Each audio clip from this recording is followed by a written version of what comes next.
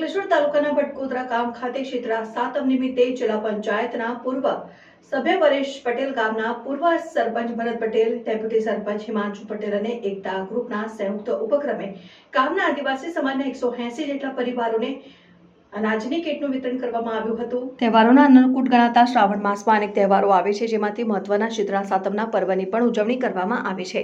ત્યારે આદિવાસી સમાજના જરૂરિયાતમંદ લોકો પણ ઉત્સાહભેર તહેવારની ઉજવણી કરી શકે તે હેતુસર ભરૂચ જિલ્લા પંચાયતના પૂર્વ સભ્ય પરેશ પટેલ, ગામના પૂર્વ સરપંચ ભરત પટેલ, ડેપ્યુટી સરપંચ હિમાંશુ પટેલને એકતા ગ્રુપના સંયુક્ત ઉપક્રમે અનાજની કીટનું વિતરણના કાર્યક્રમનું આયોજન કરવામાં આવ્યું હતું, જેમાં ગામના આદિવાસી સમાજના 180 પરિવારોને ઘઉં, ચોખા, તેલ સહિત અનાજની કીટનું વિતરણ કરવામાં આવ્યું હતું।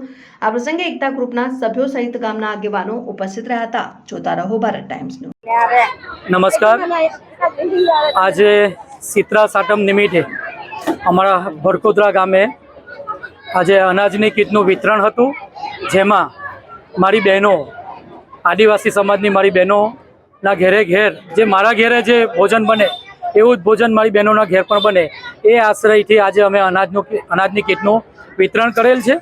અને એ જોતાં આજે અમારે ભટકોદરા ગામના 180ના ઘરના જે વડીલો છે તેમજ મારી બહેનો છે બધા આજે અહીંયા હાજર રહ્યા છે અને બધાએ મને આશીર્વાદ આપ્યા છે।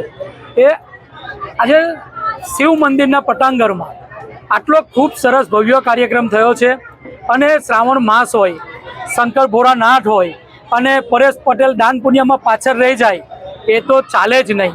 એ જેથી આ બધી મારી બહેનો સાથે રહી અને આજે નહીં પણ આવનારા દિવસોમાં પણ મારી બધી બહેનો સાથે હું રહી અને એમને સુખ દુઃખના સાથી બનવાનો છું। બનતો તો આવ્યો જ છું, પણ જીવું છું ત્યાં સુધી બનવાનો છું। એટલું જ કંઈ મારી વાત વિરમું છું। ભારત માતા કી જય, વંદે માતરમ।